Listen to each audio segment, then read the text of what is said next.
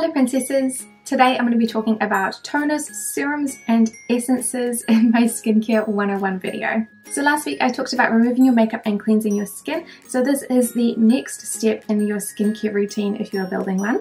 So first we're going to start off with toners, and these are meant to go on your skin directly after you cleanse them. In general, toners have the thinnest texture, which means they are the most watery or the easiest to move around.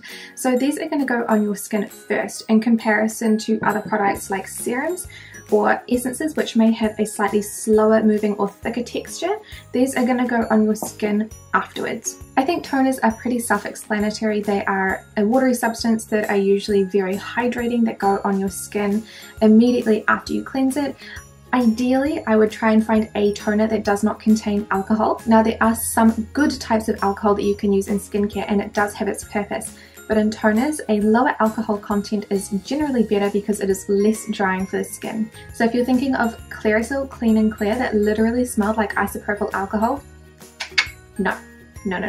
We don't want that on our skin. That is going to be so drying and going to give you dehydrated skin for sure. So toners can definitely have different purposes. I have two that I'm using at the moment. Both of these are from Nacific, which were provided to me for review at the start of the year, I think, but I've been slowly working my way through them. So this one is the Real Floral toner. I started using it because the summer weather is making my skin a little bit more oily.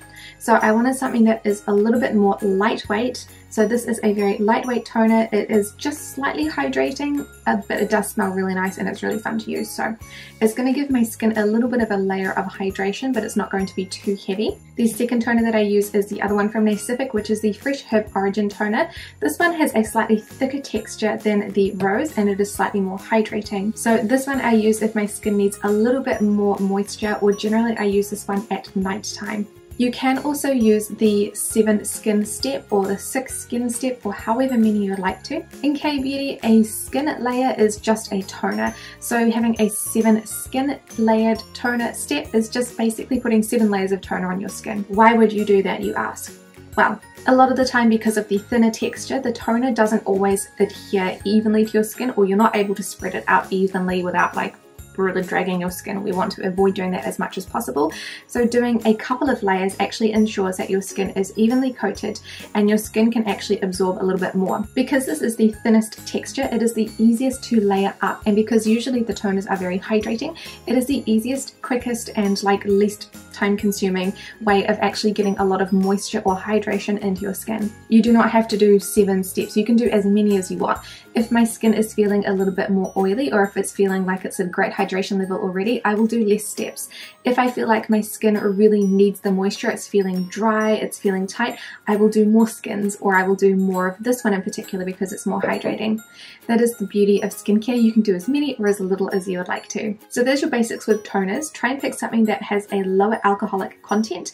These go on your skin right after you cleanse your skin, and you can do as many layers as you would like depending on how dry your skin feels. Something that I consider close to a toner and I would put next would be a hyaluronic acid serum. You can get hyaluronic acid toners as well, which are slightly thinner. The one I have at the moment is the Eliza Vecca Hel Pore Control Hyaluronic Acid. This is 97% hyaluronic acid.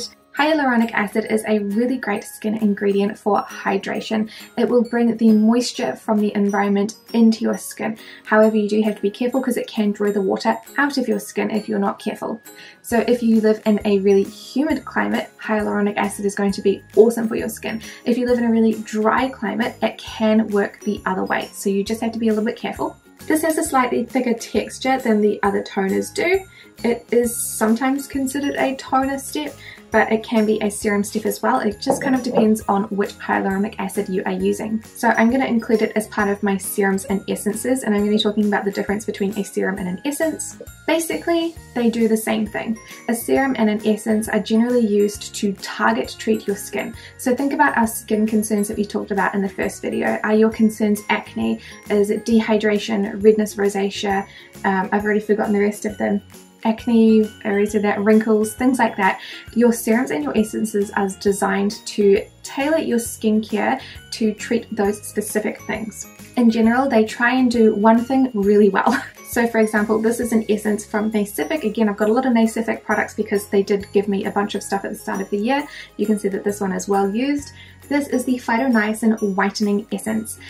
Please don't be scared when I say whitening essence. It is not meant to make your skin white. It is designed to brighten up acne scarring. So if you have hyperpigmentation like I do on the sides of my face here from scarring of previous acne, something like this, which contains the ingredient niacinamide, is really amazing for your skin. It has a similar effect to the ingredient arbutin, which is also really good for brightening up those scars. So if your skin concern is fading, scarring, or hyperpigmentation, an essence or a serum that contains niacinamide in higher quantities is going to be really good to include in your skincare routine.